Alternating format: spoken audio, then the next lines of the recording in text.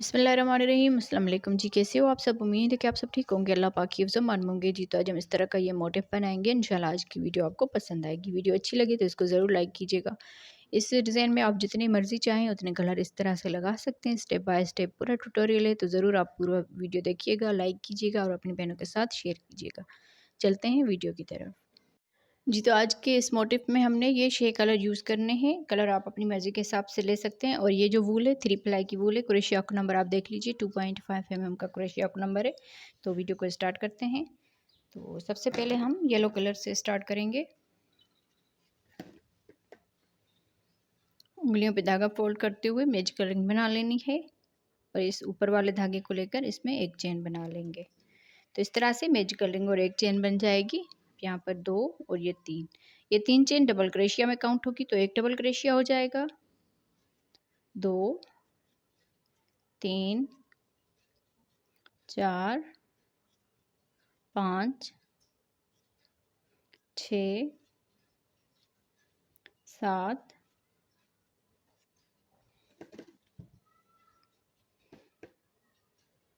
8, 9, 10, 11, 12, 13, 14, 15, 16। तो इस तरह से टोटल 16 इसमें डबल क्रोशिया बना दिए। अब ये जो मैजिकल रिंग वाला धागा है इसको खींच लेना है। इसको खींचने के बाद अब यहाँ पर ये जो धागा है इसको यहाँ पर कट कर देंगे और यहाँ से इस धागे को इस तरह से कर लेना है। अब यहाँ पर देखें, ये जो 3 चेन बनाई थी इसको छोड़ के इस डबल क्रोशिया की इस बैक साइड से यहाँ पर ये क्रोशिया डाल के इस धागे को हम बैक साइड से लेकर जाएंगे। अब ये जो डबल क्रोशिया है इसके यहाँ पर ये 2 धागे नज़र आ रहे हैं, तो यहाँ पर इन 2 धागों में इस तरह से इस धागे को बैक साइड से लेकर जाएंगे, तो यहाँ पर ये चेन की तरह बन जाएगा।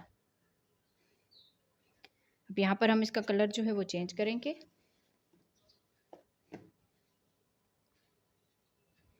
इस तरह से स्लिप नेट करते हुए किसी भी चेन में आप इसको अटैच कर सकते हैं। तो यहाँ पर देखें, इस तरह से हमने सिंगल क्रोशिया बना लेना है। इस धागे को इसके साथ ही अटैच कर लेंगे। एक चेन बनाकर इसको हमने सिंगल क्रोशिया और एक चेन को डबल क्रोशिया में काउंट करना है। तो इसी चेन में ही डबल क्रोशिया बनाएंगे। 2 हो गए डबल क्रोशिया, 3, 4 और ये 5। एक ही चेन में 5 डबल क्रोशिया बना दिए। अब इस धागे को इस तरह से करेंगे और शुरू में ये जो चेन बनाई है इसी चेन में इस धागे को हम इस तरह से स्लिप स्टिच कर लेंगे। तो इस तरह से ये पॉपकॉर्न की तरह बन जाएगा। अब यहाँ से 1, 2, 3, 3 चेन बनाकर एक यहाँ पर डबल क्रोशिया छोड़ के दूसरे वाले डबल क्रोशिया के ऊपर 5 मरतबा डबल क्रोशिया बनाएंगे। 1, 2, 3, 4, 5। 5 डबल क्रोशिया बनाने के बाद इस धागे को इस तरह से करेंगे और ये जो शुरू वाला डबल क्रोशिया है इसकी इस चेन में यहाँ पर स्लिप स्टिच कर लेना है इस धागे को। तो इस तरह से ये पॉपकॉर्न बन जाएगा। 1, 2, 3, 3 चेन बनाकर अब एक डबल क्रोशिया छोड़ के दूसरे वाले डबल क्रोशिया के ऊपर 5 मरतबा डबल क्रोशिया बनाएंगे। तो इस तरह से हमने 8 मरतबा जो है ये बना लेने हैं। 5 चेन बनाकर और इस यहाँ पर इस चेन में हमने स्लिप स्टिच कर लेना है। 3 चेन बनाएंगे, एक डबल क्रोशिया छोड़ के दूसरे वाले के ऊपर फिर से हम इसी तरह से बना लेंगे। तो पूरे राउंड को इसी तरह से कंप्लीट करते हैं। जी, तो देखिए 8 मरतबा हमने इस तरह से ये पॉपकॉर्न इसमें बना लिए। लास्ट में हमने 3 चेन कर ली और इसके दरमियान में यहाँ पर स्लिप स्टिच कर लेना है। तो इस तरह से ये राउंड कंप्लीट हुआ। अब यहाँ से हम इसका कलर जो है वो चेंज करेंगे। अब यहाँ पर हमने ग्रीन कलर अटैच करना है। यहाँ पर स्लिप स्टिच कर लेंगे और इस गैप में आकर यहाँ पर सिंगल क्रोशिया बना देंगे। इस धागे को हल्का सा ऐसे खींच लेना है। यहाँ पर सिंगल क्रोशिया बनाने के बाद एक चेन बनाएंगे और इसी गैप में 2 डबल क्रोशिया और बनाएंगे। तो इस तरह से यहाँ पर ये 3 डबल क्रोशिया हो जाएंगे। 2 चेन बनाकर इसी गैप में ही 3 डबल क्रोशिया बनाएंगे। 1, 2, 3, 3 डबल क्रोशिया बनाने के बाद एक चेन, फिर यहाँ पर अगला ये जो गैप है इसमें 3 डबल क्रोशिया बनाएंगे।